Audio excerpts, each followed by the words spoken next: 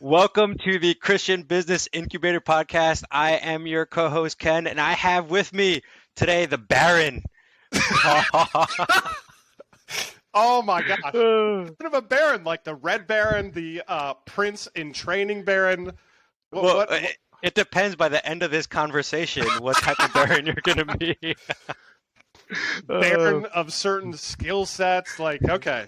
We will Ken. find out. Well, today It's better than El conversation. Heifer. Or El Yes. Jefe, what you call me the other day. El Jefe. I don't think I'll ever call you my heifer. Just Okay. Well, it sounded like it. Like the cow. I'm like, oh, thanks, Ken. Yeah. Well, hey, maybe. No, you're the jefe in Spanish, chief, or today you are the baron. But that's besides the point, right? Today, what we're going to talk about is something that you and I have been percolating for the last couple of weeks, really excited, and something that just clicked, right? And it's really helping these individuals. We're trying to figure out how do we help coaches, consultants, and creators who are stuck at a minimum of $25K a month and are wanting to scale to six figures. So that's what we're going to talk about today. Yep. And Paul, when you think about this group, these people, what are the problems they have to accomplishing getting to this 6 months? Yeah, that's 6 figure months. Yeah. So just to clarify, Christians, 25 grand a month who are wanting to get to hundreds of thousands a month. And I've done that 3 times. I'm not bragging about that. That's literally all the Lord Jesus. But as you said, you and I have both been working on this from different sides. So this is something that I've been developing for 25 years and you for a very long time as well. You're basically your whole career. So super pumped to get into this. And really, if you see me looking, it's because I jotted some notes. I want to make sure that we nail it. So you asked, what are the problems, right? So what are the problems getting from 25K to 100 grand to 200 grand? You know, the best we've done is close to 800 grand. So if somebody's looking to go beyond that, can't help them just yet, but we're going to get there. Now, the first thing I think is confusion about what levers to engage versus what levers to ignore. Okay. So I'll kind of drop through this list and then you can hover back over anything you want me to amplify. Okay. Absolutely. Number 2, unable to find A players for their team fast enough, whether those are for the enrollment side, if they're doing coaching or consulting, if they're on the creator side, that's for all the other team members that they need, right? So unable to find A players, or the problem too was hiring people that didn't share the same values as Christians, right? Also, another one would be wearing all the hats in the business, waking up and having to be 10 different things, right? Going from, if we use a vegetable word picture, like, okay, broccoli, then potato, then, corn, then peas, then okra, which should be banned as a edible vegetable. No offense to all the okra aficionados out there. But here's another big one, man. The family might be upset with you for, working so much, never turning it off. And then the corresponding guilt that can come from that, okay? Challenged in our relationship with the Lord. I know when I was broke, I would be connecting with the Lord about not being broke. Well, guess what? I'm not broke anymore. So my relationship had to change. And also the tendency is that I've struggled with, like, I've arrived. I don't need the Lord anymore, right? Pitfalls, man. Neglecting that relationship. Also, lead quality is a big one. Scaling up, right? Lead quality, and then, feeling like team members are doing a poor job. That was another problem. And it's been said, a genius surrounded by 1,000 idiots. Sometimes people in that position can feel that way. So I'll stop and let you, if there's anything you want to highlight here, we can certainly get into it. Well, it's interesting that you talk about all these 8, and if we were to put it in a big category, it's a people problem, right? Yep. Like it's the reality is that the problem most of these people are having is a person problem, I think, right? To a degree, yes. Yeah, to agree, right? The first few, when you were talking about finding A players, confusion of what levers, right? Like wearing too many hats. That I find that, right, with a lot of startups, the CEO, founder, right, they're wearing all these hats, and because they're wearing them, like they can't go as fast as they should be, right? Because they're not letting go of those things. So Paul, interesting question or follow-up question here is, how do you help that CEO person who's wearing so many hats let go of those hats? Yeah, we're going to be getting into that. What I do want to cliffhanger. Yes, cliffhanger. What I do want to insert here is this training, this episode, this information is really specifically for the visionary entrepreneur. Yeah. And we're going to talk more about that later, but we should have mentioned that at the beginning. But what's a visionary entrepreneur? How do you know if you're a visionary entrepreneur? It's real simple. And Ken, I'll turn it over to you after I share my thoughts on that. I call it the 1,000 ideas a day methodology. It's like the brain has two animals in it. It has a hamster on a hamster wheel, and then it has squirrels running all around. Oh, yeah. Shiny squirrel. There's a squirrel. Oh, there's a squirrel, right? And so the visionary brain is attracted to ideas, new, optimization. Let's get this done. The correlation, right? Because you pick up one end of the stick, and you pick up the other end automatically, right? I get the tip. I also got the cap over here. Is the absence of the ability to understand the procedures, the systems, how to keep things running on the rails. So the strength and the energy flows from the creation, the visionary, the ideas, the big idea person. The weakness flows from an absence of attending to, the baby that needs the. It's like just having strength and feeding a baby, but having weakness and changing the baby's diaper. That ain't going to be a very pretty deal. So what do you see as the visionary? What are some characteristics that you see as that visionary entrepreneur having and not having? Yeah, I think the big things for a visionary entrepreneur is that they want the idea to have happened yesterday, right? And what I mean by that is that you guys are so driven. You're like, oh my gosh, like this idea, I think I could execute it. And because sometimes you don't know the systems and processes, you're like, just do these 3 things and it'll be done. And I'm like, no, there's actually 3,000 things that need to be get done. So let's back that timeline on. But that drive is what makes our society go forward, right? Like if you don't have the visionaries who have the drive to push forward, what's going to happen? Oh, we'll do it tomorrow. We'll do it tomorrow. We'll do it the next month. We'll do it 6 months from now. And you're losing potential people, right? And potential money and impact when you do that. So, opportunities. So I think that's one of the big things I see visionaries having is that ability to just an extreme drive. Another one is, and you've kind of alluded to this, the 1,000 ideas, but I think they're able to see problems outside of the box. And what I mean by that is that when they see the problem, right, most people look at the problem and they take their experiences and input it into that problem, right, and be like, oh, this is what you should do. Well, I have found a lot of visionary leaders are like, well, what about these 50 different ideas that no one would have ever thought about? I feel like sometimes the best way to put it is like you come up with ideas out of thin air. And I'm like, how did you even think about that for this situation? Yes. Right. And I love that about visionary leaders because it helps with the blind spots that most other people wouldn't see. And then the last one that I'll just say is that you guys are the visionaries are risk takers. Right? Like for some of you might not even have a risk tolerance. You're like, whatever, I'm just going to go for it. Right? You're not concerned. You're not afraid. There's a lot of us, right, that might be like, oh, I don't know. Like I got to put a few $1,000s in to figure out if it works or not.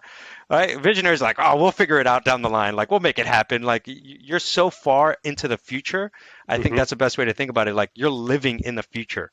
Right? Yes. Which the flip side sometimes is like coming back to the present and enjoying the present, and that might be the weakness. The biggest weakness, obviously, in visionaries is just because they're so visionary, the operating side of things. How do you execute in the operations and letting go of those hats and making those things work? Yeah, no, that's really good. And you have introduced to our language this concept of Paul's in turbo mode, right? So it's like machine gunning you with these ideas. And you're like, oh, so it's you asked and reflected that some of these problems are people problems, and you ask like how does visionary start to wrap their head around that? I think the fundamental principle goes back to the Bible, which is we have to honor the gifts God put into us. If we don't do that, and if we have gift where we see these gifts in other people's.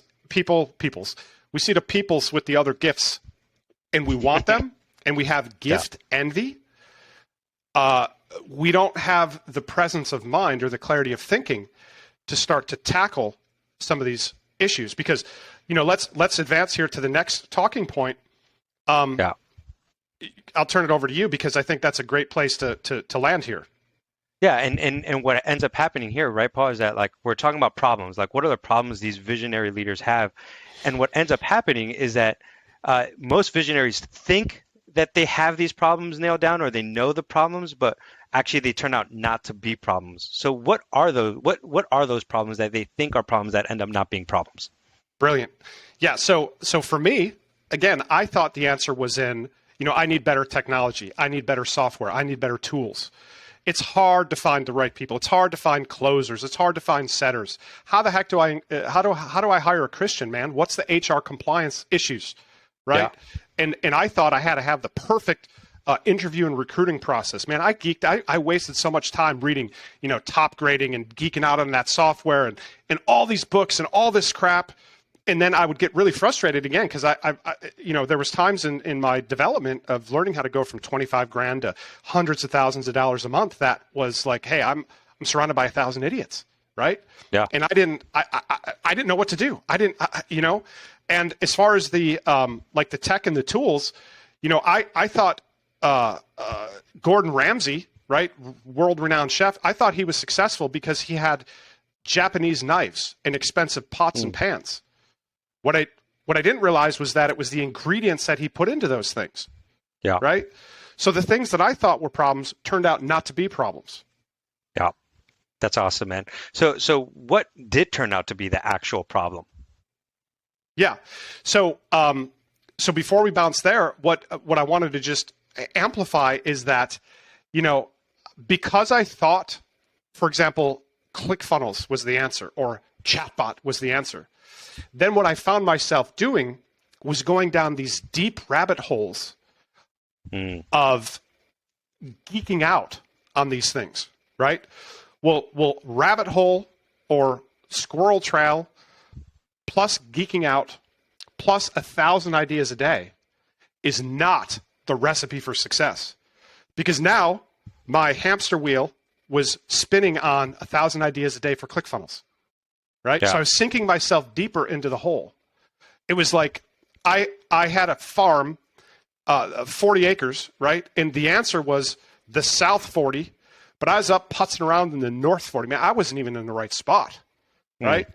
Yeah. And these thoughts were going through my head, and I'm working harder, but I'm not getting results. Why can't I get beyond 25, 50 grand a month? What's wrong with me? And then my mindset started to spiral because I felt like a loser. I felt like I said, hey, I'm doing the right thing. I got a funnel. I got this thing, right? All these people are saying I got these things, but I ain't got the fruit. I ain't got the harvest, baby. So then I had a self-confidence thing to manage. Yeah. Which is catastrophic to a Christian entrepreneur, Christian coach, consultant, creator, because then they lose the eye of the tiger. And you need the eye of the tiger to stay into battle. Yeah. What's fascinating, Paul, listening to you, it sounds like your greatest strength can also become your greatest weakness. Bingo. Right? Because all of those ideas, you started pushing it to the wrong thing, right? The problem you thought it was, and it ended up hurting you, right? In the long run. But then something happened where all of a sudden you realized, oh my gosh, this is the problem that has been in front of me this whole time. Yes. How did you come to realize that, and what turns out to be the real problem? Yeah, great question. So I've had multiple businesses through my 25-year career. The first handful were just train wrecks, like not profitable. The next batch were six figures. I think my first six-figure business was 120 grand a year, right? Mm-hmm. And a friend said, hey, Paul, do you realize there's six-figure businesses that are 101,000 and six-figure businesses that are 999,000? I was so deflated. I'm like, why'd you tell me that? Right? You felt like you have reached the top of the pinnacle, and they're like, you're in a hill, bro. You're not in a mountain. Yeah, look, dude, that's an ant hill. That's like a pebble. You just stepped on a butterfly wing, man. It's nothing. And so in the process of developing that, So then my next couple of businesses were like little putsy 6 figures. And then, boom, I hammered into the 7-figure zone. Like, boom, done.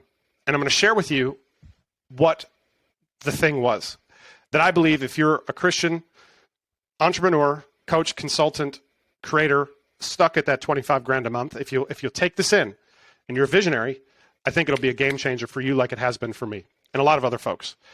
So at the time, I was putzing around with this little business. I was in a coaching engagement with a buddy of mine, and we were part of this coaching franchise. And the way it worked was there was a regional director who owned the license for multiple states, and then a local guy who owned the license for like a city. Make sense? Got it. Yep. And so we're there, and I discovered that the local guy, his leader, owner, boss, whatever you want to call him, the guy who he paid his residuals to, his name was Steve, or is Steve, and he owned, I think, like 10 or 15 different businesses. Okay? Wow. So back at the time, to me, that was fascinating, right? I'm sitting here working my fanny off. My wife hates me because I'm never present. And looking at this guy and being like, how the heck, and I didn't say heck back then, does he do that? Yeah. And what the heck is the matter with me? Right? Yeah. So I kind of pestered the local guy. I wanted a meeting with Steve. Finally, he made that happen. He brought that together, and we met up at a Starbucks. Man, I was so nervous. I was like, I'm sure. Oh, dude, like shaking in my boots, nervous. So we sit down, and the guy introduces us. He's like, hey, Steve, this is Paul, the guy I told you about. He's an up and coming entrepreneur, really good guy. Paul, this is Steve. He's my coach, and he owns this and all these other things. And Steve's there. He's dressed really nice and chill, and he's like, so how can I help you? And I'm like, well, how did you do it?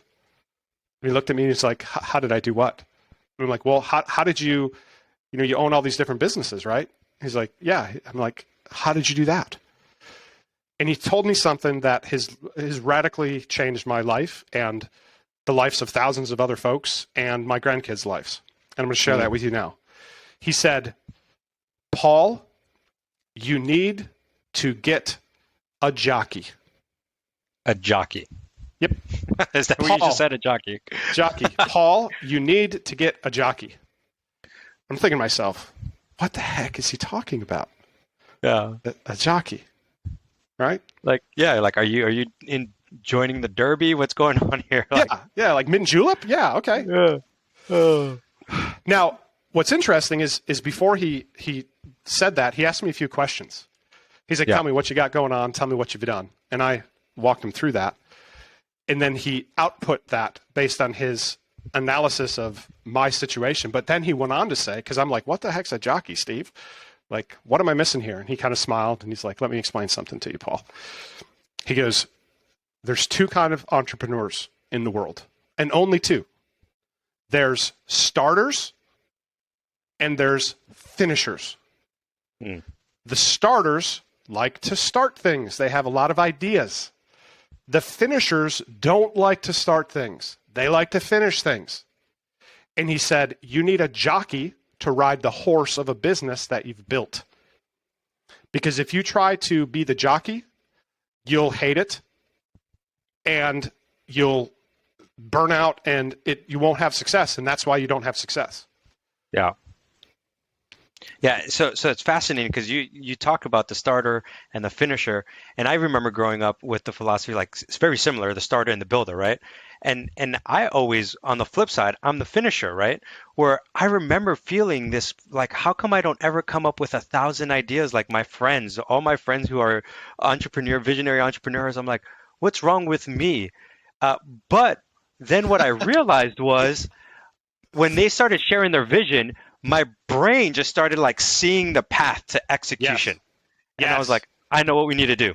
And they're like, let's do it. I'm like, okay. Like, and it was just easy. I was like, oh, I could run with that. Or I'm like, oh, I don't know.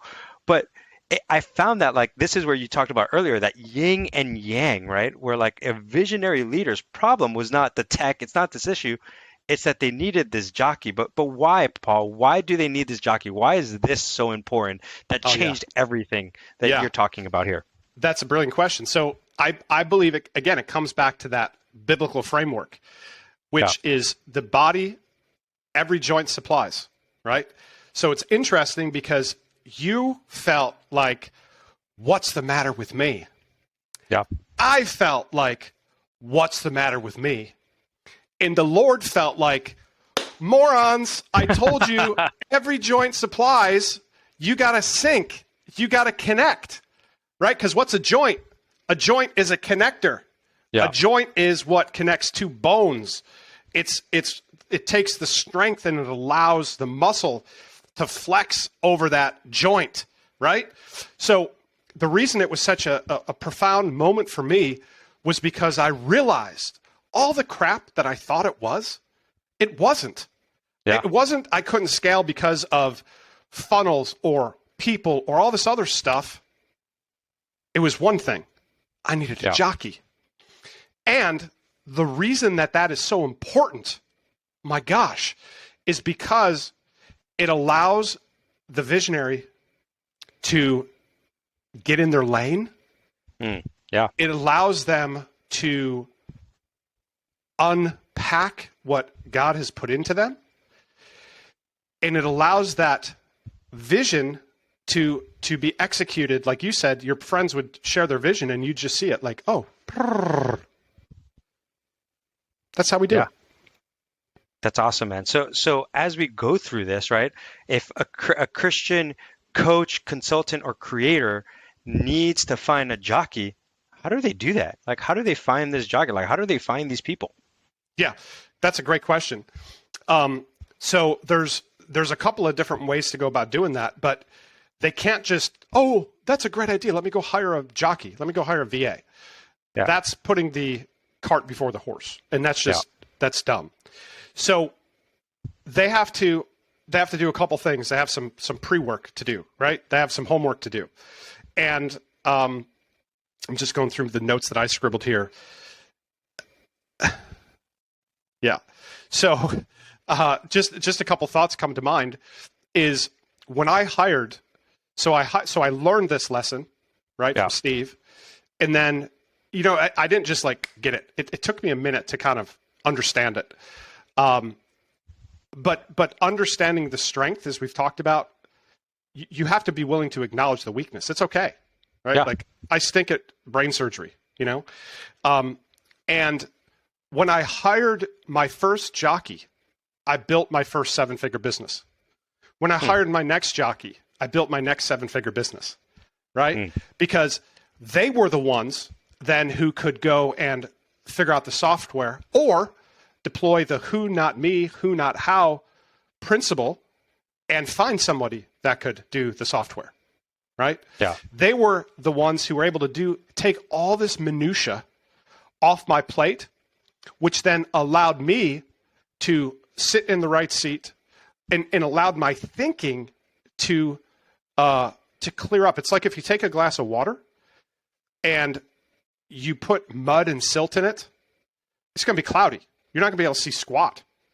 However, if you give it a little time, it'll eventually settle, and then you'll have clarity at the top and you'll have dark mud at the bottom. Okay? Yeah. So the problem is most Christian visionary entrepreneurs are running around with their brain being muddy because they got the hamster and they got the squirrel, and they're not focusing on these things, but they have pressure to grow the business and expand. They're excited about that, but they're moving the wrong levers. They're working on the North 40 when they should be working on the South 40. And then that spins back to emotional, mental, relational, and it's just a big old mess, right? It's a big old mess. Once they get the jockey in place,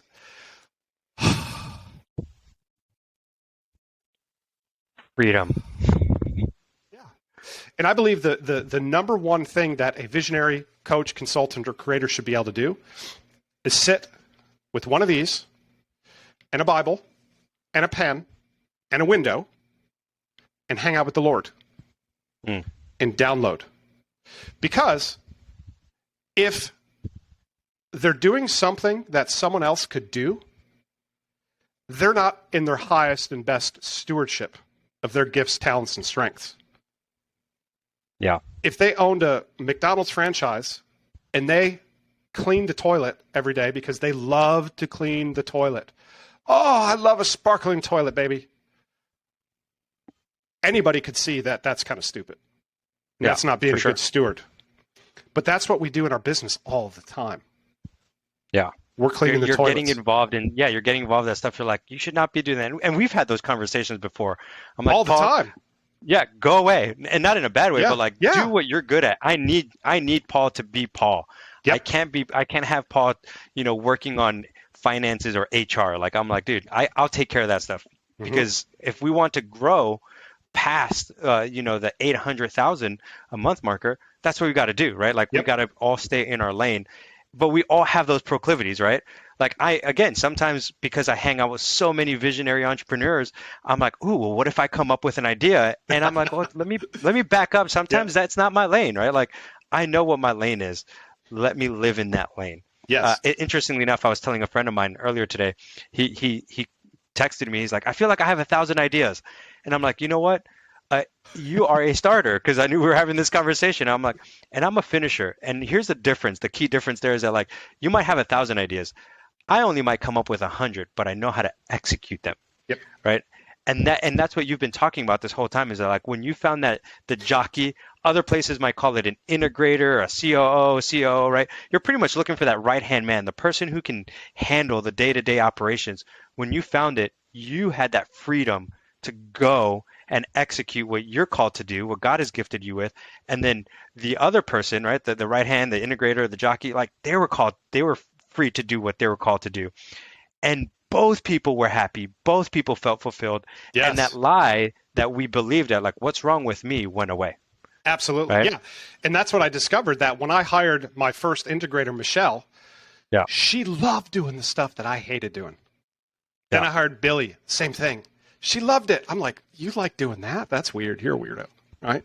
Yeah. And it was amazing. So I want you to share, you talked to a guy who, I don't know if he was the visionary or I don't know if he was the jockey, but of a $100 million company, like last week. And he said to you one question. Share that in like 2 sentences or less. Yeah, the question was like, what's the one thing that you can do that if you did it, no one else could keep up with you? Yep. And I remember when he told me that, it was like, it sounds like a lot of other ways, like, what's the best thing you could do? What's your strength? But you and I started geeking out in that question, because we stopped and asked ourselves, like, I know that if I do this, sure, there might be someone else out there who's better than me, but I know that within the team, I will kill it in this area, in this zone, and no one can keep up with me. That's it. And that's a powerful question, because what does that represent? It represents an optimization of the stewardship of the gifts and talents. So when a visionary coach, consultant, or creator is trying to and doesn't respect this principle, then they're operating on 4 cylinders. It's a biblical principle. Like, the Bible talks about Moses having to rely on his staff and his team. In Acts, it talks about how the apostles, they were fed up. They're like, man, this is stupid. We're feeding people. We're doing all this administration. This is just nonsense. We need to be preaching the word. And so the Holy Spirit said, appoint elders. So I believe they appointed like 70 elders, and that was their jockeys. So you ask, well, how does somebody find one? Well, the first thing they have to do is they have to understand. It's very simple. It's very basic, right? As all good principles are. This is nothing new or revolutionary. It's just we don't do it. It's typically because, A, it's a blind spot. The visionary entrepreneur doesn't see that, oh, this is the answer, because they're geeking out on all this other nonsense, which the devil loves, right? The devil, man, it talks about he's attractive, right? He's bright, he's shiny, he's beautiful. It's like there's like angel horns and bells. New app, new software, chatbot. This will be the thing. New system, unique mechanism. This is the thing. La la. So we have to recognize that it's not the la la. It's not the squirrel. It's what did God make me for? How did he build me? And then they have to start to parse out those things. It's like we come up with to-do lists. We've got to come up with a not to-do list, right? Yeah. And then you got to have some systems. Like nothing is worse. I've burnt through so many assistants or jockey-ish type of roles because there's what we didn't talk about is there's like the first jockey, but then at every level of growth, there are the need for more jockeys, right? So you have one business, but then as you grow, you literally have businesses within the business, right? Your marketing business, your lead gen business, your conversion business. All these little mini businesses need a jockey as well. So I've burnt so many good people because of my turbo mode, right? I did some work not too long ago with a couple of multimillionaire Christian brothers who were launching a coaching program. And it was funny because that same tendency was present where they would just burn through people, right? And one of them was like, hey, you were like one of the first people that's ever been able to keep up with us. And there was two of them. So there was some serious horsepower there. But before, so we got to recognize it, and then we've got to equip the jockey to, like, if we give the jockey a three-legged mule, they could be the best jockey in the world. But if they're on Bucky, right, and he's gimping, and he's like, he can't move, and he's arthritic, and he's got scabs and anal leakage and all this stuff going on, like, how successful is the best jockey? Is the best jockey going to be, right? Yeah. So you got to have some basic fundamental frameworks in place. And that's what we've done recently. I've done because, again, I've been the cause of a lot of confusion in the organization. And what do we got? 17 people, 20 people now? How many people we got on the team, right? 18. 18 people, yeah. Plus we have our other teams of 4 or 5 people here and there. And so what the Lord shared with me to do is encapsulate that into a one-page document, which we can talk about next, but I want to turn it over to you to see if there's anything that you want me to amplify there.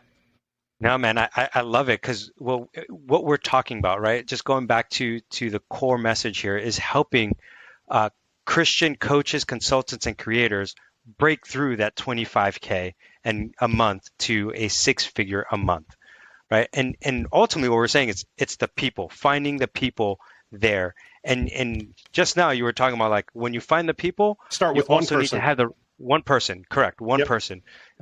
Then you also have to start building the right systems in place, because if you don't have those two things, right, you're led up to disaster. So let me ask you this, Paul. As we're talking, there are people who are listening, and you're like, you are so right. I am that visionary person. I have these problems. I know that. What do I do next? How do I hire? What's the solution? How do we help them? Yes. Should I talk about that, or do you want me to talk about the one-pager first?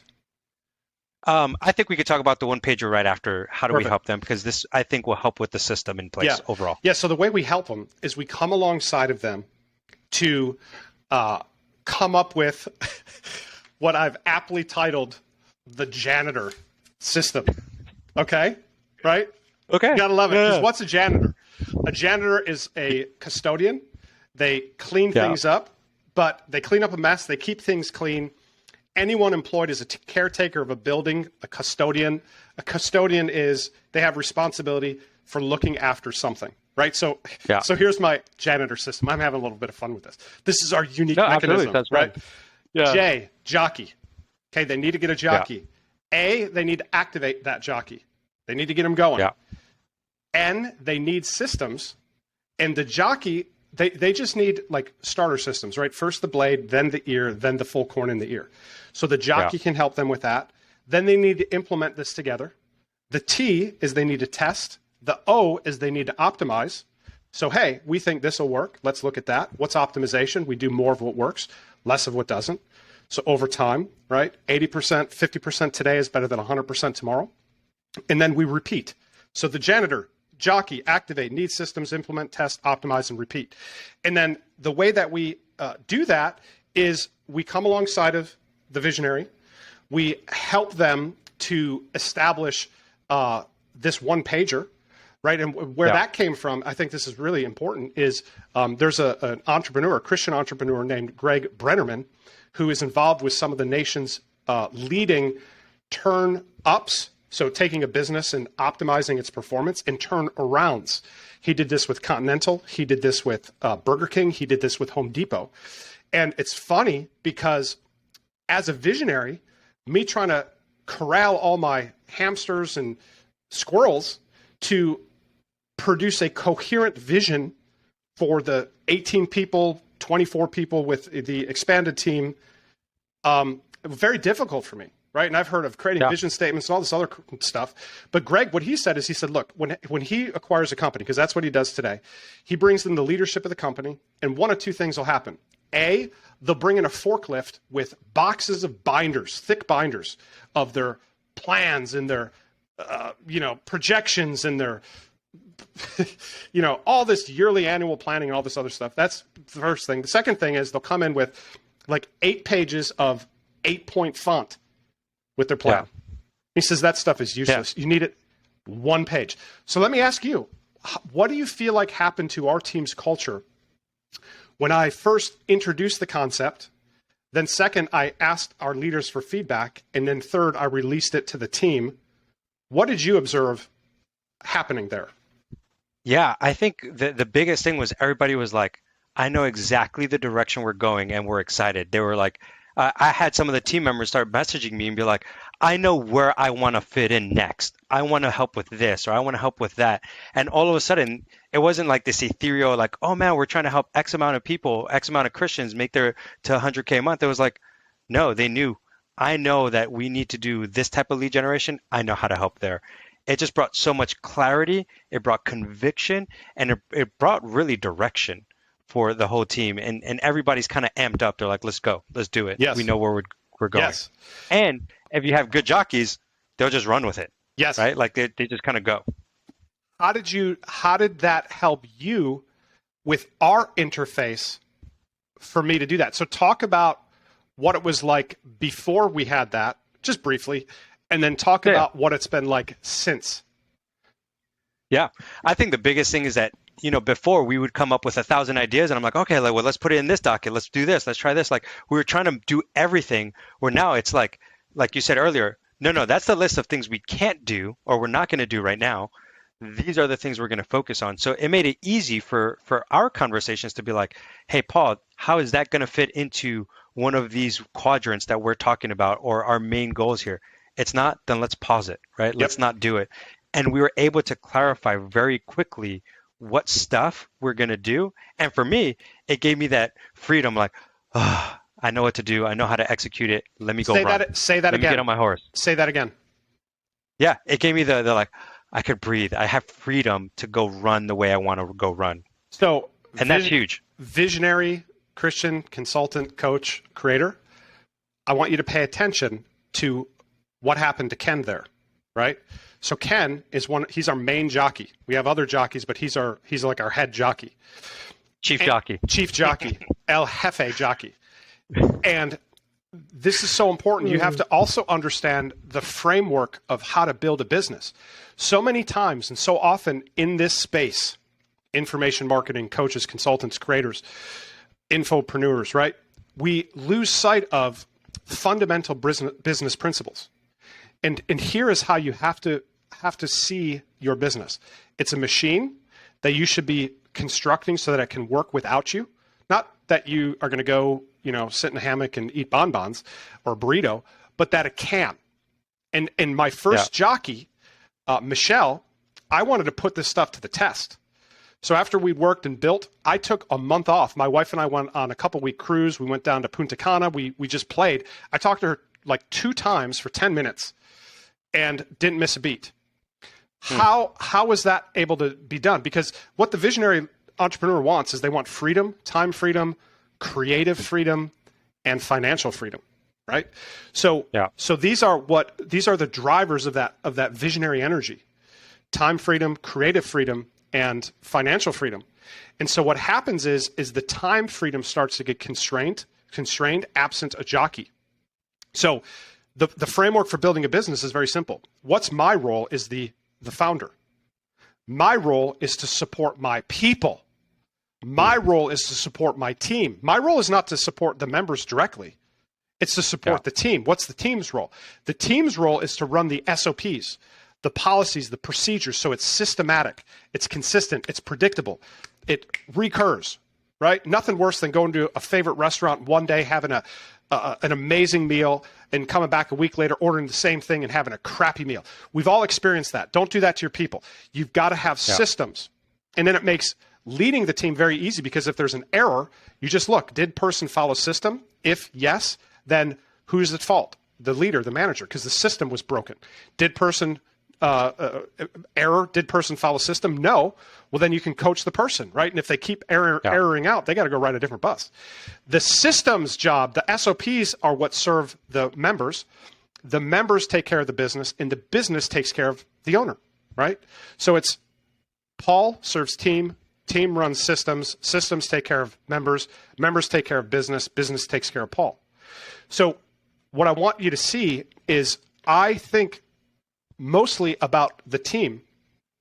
And so I deliberately saw we were heading in this direction, prayed about it, and this is where the Lord led me. And I'm so happy that Ken's experience was, because guess what? A jockey that does is going to be more effective than a jockey that goes, oh my gosh, every day. Yeah, no, 100%. And I think that's where we were one day early on, we were joking around about turbo mode, like, right? Because it was like, hey, you're shotgunning me or machine gunning me. And it's like, I need like a jockey, right? I'm just going to stick with that analogy, right? Like the horse also has like these, what do you call them? The barriers blinders. Or the things. Blinders. So they can stay focused, and then they just run as fast as possible and execute. Yep. And I was like, my blinders there was none. So then when you closed it in, I was like, I know where I'm going. Let's go. I put you on a bucking bronco to a degree. So instead of you running a race, which is a jockey, I turned you into a cowboy, which is not what you were designed to do. And so now there's all this losing of energy. So the first thing is we come alongside the visionary Christian consultant, coach, creator who's wanting to go beyond 25 grand, and we help them define this one pager for where their business is today. And there's 4 quadrants. There's a market or marketing quadrant, top left. Top right, there is a financial quadrant.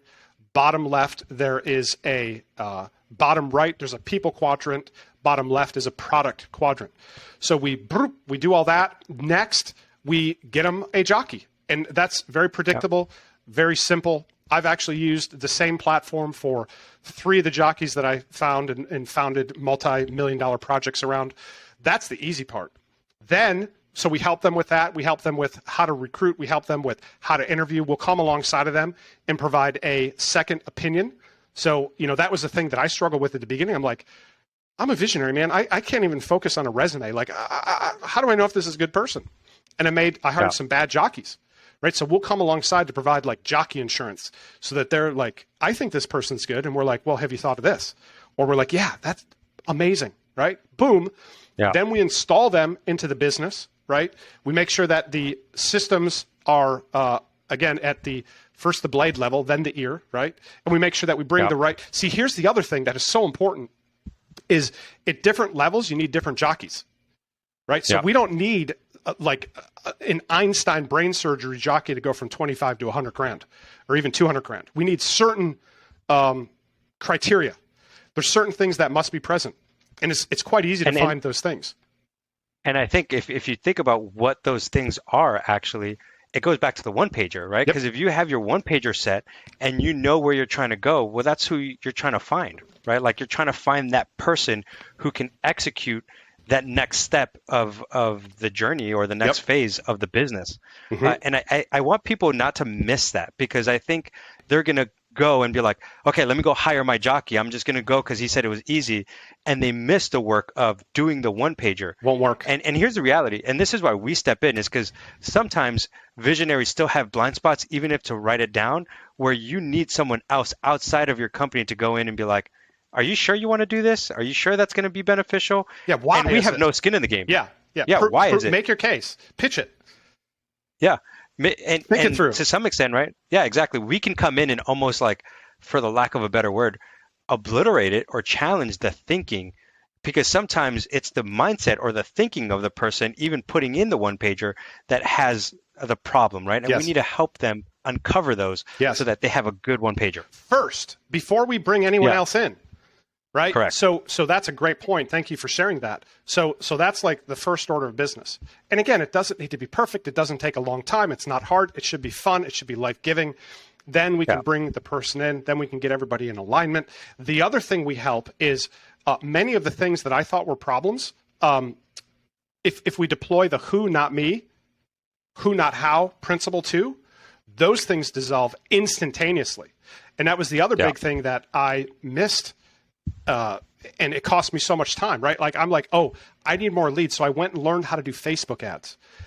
That is not a good use of a visionary's time. It's an infinity pool of just a black hole of sucking attention. So today, the other thing we do is once we build that one pager, we can match and pair them with our resources of service providers and things to just get that done, which then relieves the load on the jockey. For example, one of the big things we struggled with was how do we hire great salespeople or enrollers, right? Closers, setters. Well, we have connections we can just literally introduce somebody to, and they'll have that done in a week, right? Marketing, lead quality, like all that stuff. There's relationships that boom, they can just connect with and done. And we're not paid for those things. That's not something that's like the weird affiliate program. It's just like, here's who we use. We feel like they're the best. Just connect with them, right? Done. If you can write a check to solve the problem, it's not that big of a deal. So before we bring the jockey in, because why would we have a jockey working on something? Why would we have them digging a well that's already been dug? That's not efficient stewardship. Exactly. So we help them calibrate those things. Then we help them find the right person. Then we help them bring them in. And then the other thing we help with, which I think is really important, is we help them with that relationship.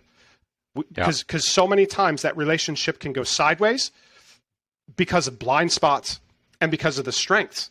So we help them to calibrate that so that they're fully utilizing the jockey. But the most important thing is that the jockey is happy, is thriving, and if they're not, we're working on how to improve that and making sure there's a good stream.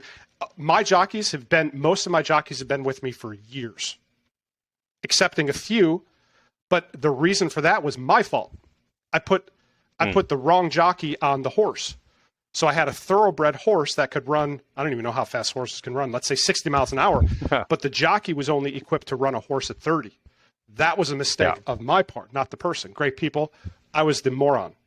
So we help make sure all those things are lined up. And the end result of that, the output of that, and this stuff can be done quickly, man. We're talking like a few weeks, a couple weeks, like done. The visionary wakes up. They know the trains are running on track. They know things are getting done. They know they have a safety margin with us. If they're working with us on this, a bat phone, like, hey, this is going on. What can we do? They know that tomorrow will be better than today. They can buy some of their mental energy back and their focus back, right? There's time stewardship, energy stewardship, and then focus. 3 different things, right? We have 24 hours in a day. That box is the same for millionaires and ditch diggers. Biological energy, we can put more in the box, right? If I eat donuts and smoke dope and drink, my energy is going to be like low. If I eat clean, exercise, I can put a lot of energy in the box. But then the third thing is the focus.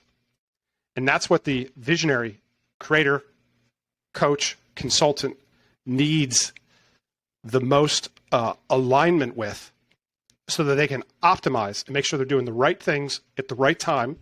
They're not doing the right things or wrong things, and just calibrating all that.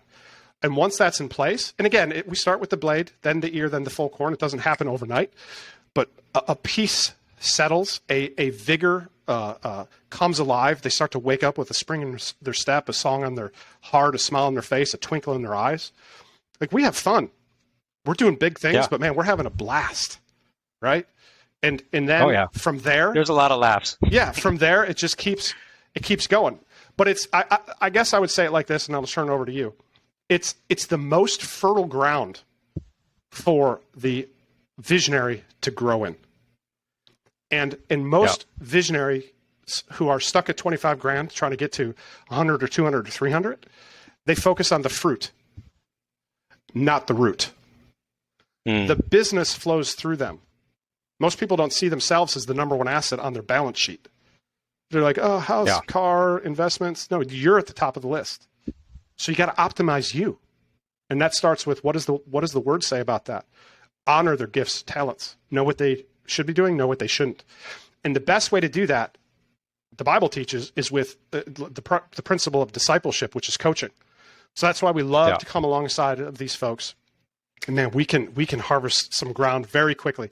It's not unusual when somebody has this role installed in their business for them to double and double very quickly. Very quickly. The first time I did my first 7-figure coaching business, I think it took me 18 months, 12 months to get to multiple 6 figures a month. The second time, it took about half that time. The third time, it took, I think, 3 months. Just as we evolved the offer, and I took some time off and we did some things. We took care of the members and stuff, but it can happen very quickly because you have the right ingredients and you have the right soil, right? The Bible talks a lot about the seed and planting the seed, right? The earth brings forth fruit of itself. It talks about first in the parable of the sower sowing the word, right? But what is the seed? Like I'll share this, because I think this is fascinating to me. So the seed is, and they've had seeds locked up for thousands of years in Egypt that are still viable.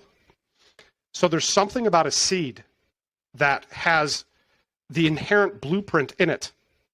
And when that is planted in the soil, then the seed calls into the soil the nutrients it needs.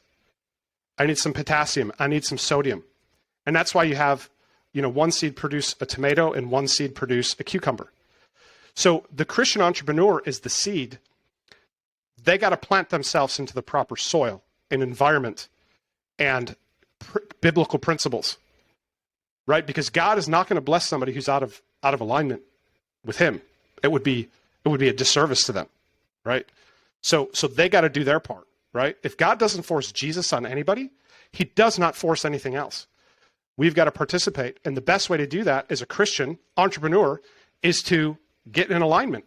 And I believe God has a special heart in His mind, in His heart, a special thought, a special place for the Christian coach, consultant, and creator. Why? Because those people are focused on serving others. And that's what Jesus did. He went about doing good, helping. And that's the biblical command, to be salt, to be light, to be the ambassador. Not that there's anything wrong with a Christian entrepreneur running a pickle barrel factory, but I think that no, not at all. We have waves of impact.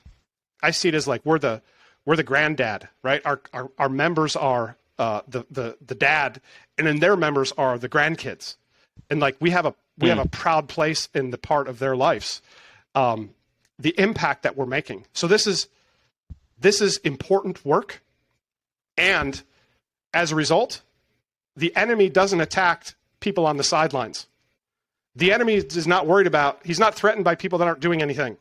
So we got to expect resistance. We've got to expect frustrations. We're in war, right? The armor is front facing. We don't have any armor covering our backside.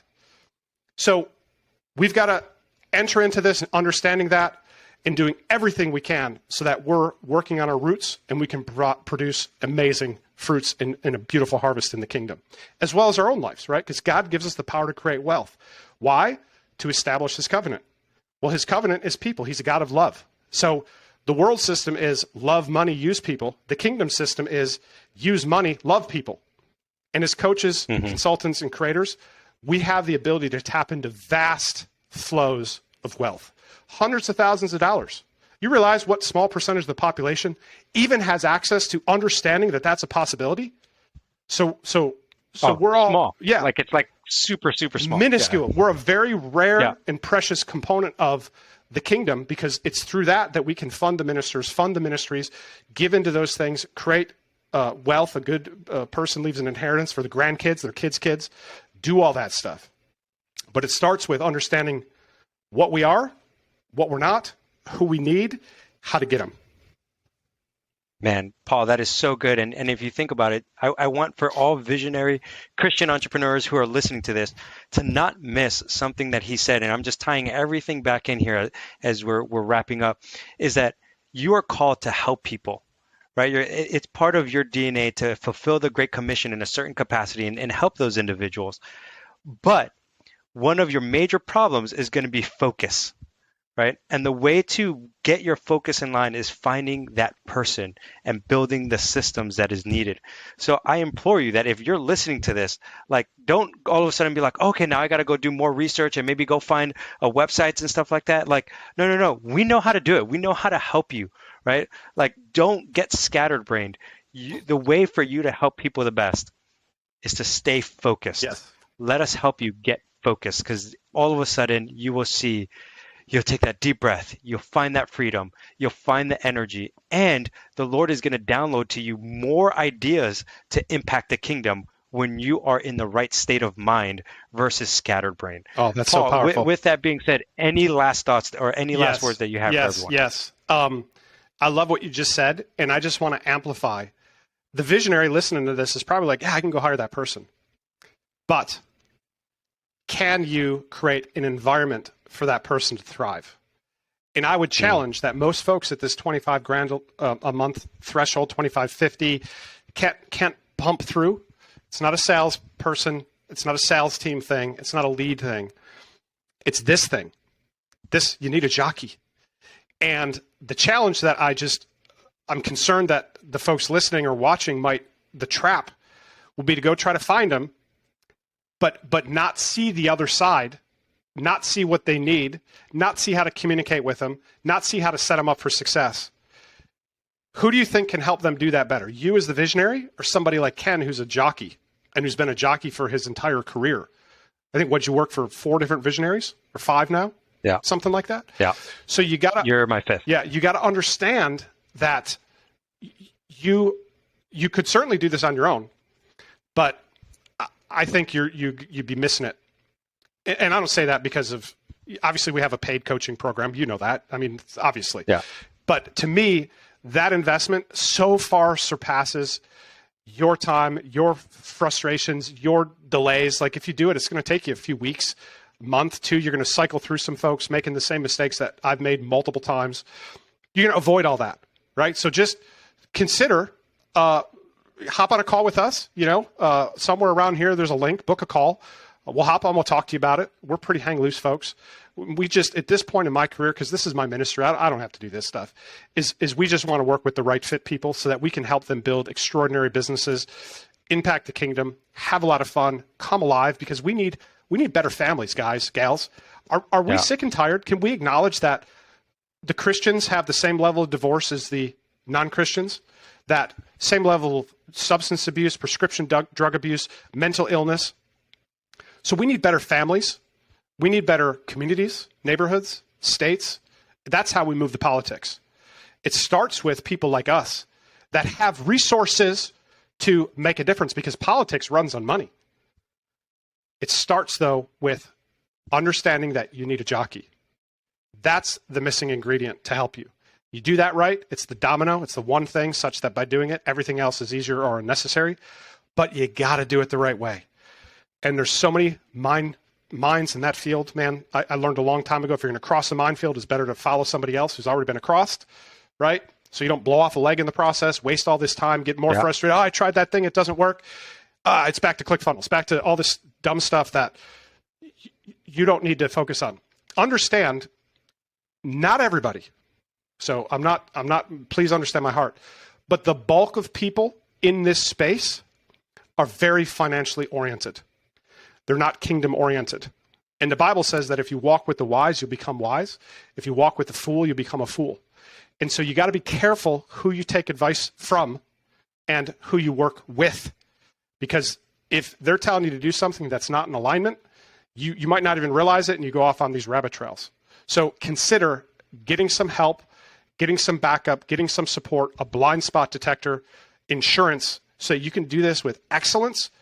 And in a month from today, you could be in an entirely different position, both your mindset and your bank account and your spouse who would want to chase you around your house again because you're not all ground up and not paying attention to the things that are really important, which is our family, our relationships, right? So you can do it. Consider doing it with some help and support. And I'll turn it over to you, Ken. Yeah, man, I think that's what you got to do. So if you're a visionary Christian entrepreneur, I implore you, reach out to us, okay? And just have a phone call. And if it doesn't work out, and you find someone else, great. But you know what? We've done it. We know where you want to go, and we can help you. If you want more information or even listen to our testimonials or check out our podcast or anything else, go to ChristianEntrepreneurinc.com. I hope you guys have a great day. Be blessed. God bless.